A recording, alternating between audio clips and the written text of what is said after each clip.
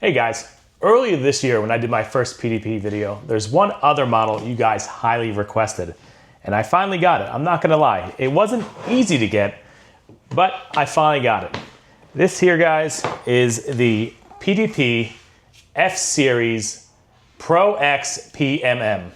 And to make it short, we'll call this the comp carry version because I think, at least on paper, this will be the best one to carry, at least as far as the features are set. In today's video, we're gonna go over this, kind of check out what came in the box, my first impressions of checking this thing out. I'll be completely honest with you guys. When I got this, I literally just verified it was it. I have not even really explored this as much as I wanted to because I wanted to get my raw impressions on video for you guys. So we'll go over this thing tip to butt and let you guys know this thing is completely clear and safe.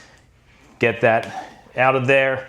But yeah, I will say, first impressions, it feels light, a little thick, but not too thick. The grip itself is thin, but I think it feels like it's gonna be a pretty good carry option. So we'll start off talking about the firearm itself, and then we'll go into what exactly you get in the box here, because I think PDP does it pretty well. So let's get this out of the way. So what makes this thing special? Two things, really.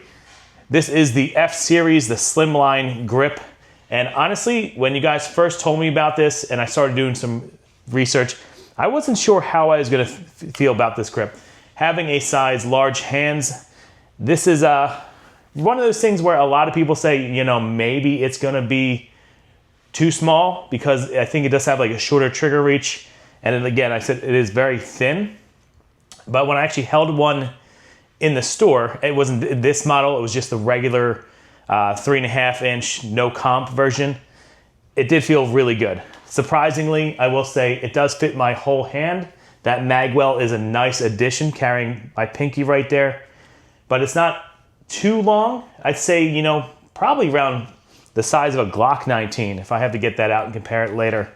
But that's kind of where I'm thinking weight and feel is most comparable, but definitely like the grip on this a lot more. In the front here, we do have the Parker Mountain Machine comp, and I like that they really fit that on there nicely. They kind of angled it just right so it fits nice and flush. I'll get some B-roll later and show you guys some close-ups so you can kind of follow along and see exactly what I'm seeing. It does have nice deep serrations in the slide. That is nice and smooth. I like that a lot. It is optics ready. And actually, guys, I really want your help. Just like we did with the DH3, I want you guys to tell me, what optic do you think I should put on here? Is there a specific optic that you think would work best with this firearm or something you just want to see reviewed? Let me know in the comments below. Whatever optic has the most comments about it, we'll go with that one. We'll let you guys pick what optic I'm going to throw in here. Checking out the irons, I think these are just regular polymer irons. I don't think they're anything special. Just pretty low, pretty minimalist. As far as the controls, I do like the ones on the PDP. I remember when I first got my other PDP, I wasn't too sure how I was going to feel about that giant ledge there, but the thing needs to be oiled. But it is pretty nice. It is ambidextrous. And that mag release is in the perfect spot. So let's take a look at some mags real quick. These are 18+1. So it does have a little bit hanging out there. Nothing too crazy. I wonder what the flush fit's probably, if you don't have the mag well and get the one with the flush fit mags, I'm guessing it's probably like a 15 round mag. So having 18 is nice. Nice positive drop there. You could fit a really small light on here. I'm not sure if I'll go with a light, but again, something you guys can tell me. You guys want to see me review this with or without a light? Probably one of the stream lights would be a smaller option just to make sure this actually fits and looks right. I don't want anything too crazy because again, the goal behind this is to have something set for carry. I'm not gonna lie, I really do like the texturing on this grip. The more I'm holding this, It's not overly aggressive, but it definitely keeps your hand in place. It's very nice. I do remember liking that when I first held one of these. I will say it doesn't feel too balanced. Definitely has more of a heavy feel in the front. Obviously, the gun is unloaded, but just again, first impressions, what my thoughts are right now. I do like the size of it. I'm definitely very curious to see how well this thing shoots. This has the 3.5-inch barrel and then the comp right on the end. I believe that is rock set there, so that thing's probably not coming off unless I really got to do something crazy with it. But yeah, overall, I think it fits great in the hand. I'm definitely very curious to see how this thing shoots. I am hoping, because it has such a nice comp on the end, that it's gonna not be as snappy, but you never know.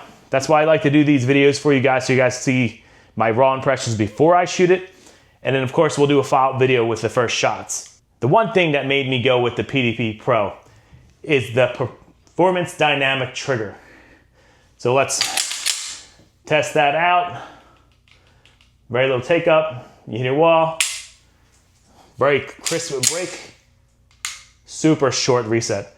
Guys, in my opinion, the PDP has the best trigger for a striker fire. I think there's one other gun out there that recently came out. I haven't shot it, but they're saying it's like a hybrid striker fire 1911-esque 2011. Can't even remember the name of it. I remember it's super, super expensive. But apparently that has the best trigger for a striker fire gun. I would say for the rest of us who just, have a reasonable budget in mind, this would be the trigger to go with. Yeah. And I do remember with my last PDP, the trigger only gets better with time, which is really, really nice. So let's check out what's here in the box. You guys see I already have one mag out. Box is pretty standard, guys. The safety stuff, we'll get that out of the way.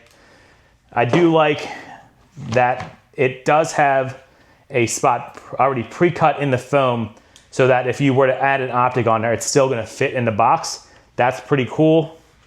You do get another mag, third mag, and I'm pretty sure these mags are Metgar. Tell that right away by the feel. It says made in Italy. I don't see any Metgar logos on here, but it does have that nice feel. I'm a real big fan of Metgar mags. I've never had any issues with them. So getting 3 18-round mags right out of the box, that's a thumbs up for me. You get your little speed loader. This is your tool. I'm not sure what that is for yet because I haven't read the instructions, but we'll hang on to that. That's probably important. You do get one additional back strap. And let's see if anything is hiding underneath here. Looks like some paperwork down here. Let's see if I can yank that out. Seems like it's glued to that actually. All right, safety manual and the owner's manual. So I'll definitely check that out, see what that tool's for specifically. And yeah, pretty minimal, guys, nothing too crazy. I do like that it comes with 3 mags right out of the gate. I think that should really be the industry standard. Anything less, it's kind of like a big middle finger to you guys. Think you save a little bit of money there, but honestly, I'd rather pay and just get the mags right in the beginning. That way you can start training with the gun right away. You don't have to wait to order mags. But it is what it is. I think Walther does it right. Not gonna complain about that. This backstrap seems like it is a larger backstrap. We'll try the standard first and see how that feels. If I have to change it out, I will. But yeah, pretty simple, pretty straightforward in the box, nothing too crazy. Everything I expected. I don't think the Walther boxes are anything exceptional. Just easy to stack in the closet at this point. So as always, guys, if there's anything I have missed on this, or is there something specific you want to ask about this, drop it in the comments below and I will get back to you. I'm definitely super excited to shoot this thing. I have a lot of high expectations. I'll be honest, at the point of recording this, there's only like 2 people out there who have videos of this specific model. I'm assuming it's because it's so dang hard to get, but I'm gonna go in with an open mind and really hope that it shoots as well as I think it's gonna shoot. because I think size-wise, this thing is a really, really good size. So stay tuned, guys. I'll have a first shot to video coming out shortly, and then we'll do a 1,000 round review and let you guys know how this thing stands up through time. So if you guys have any comments, drop it below. I appreciate you guys tuning in. Peace.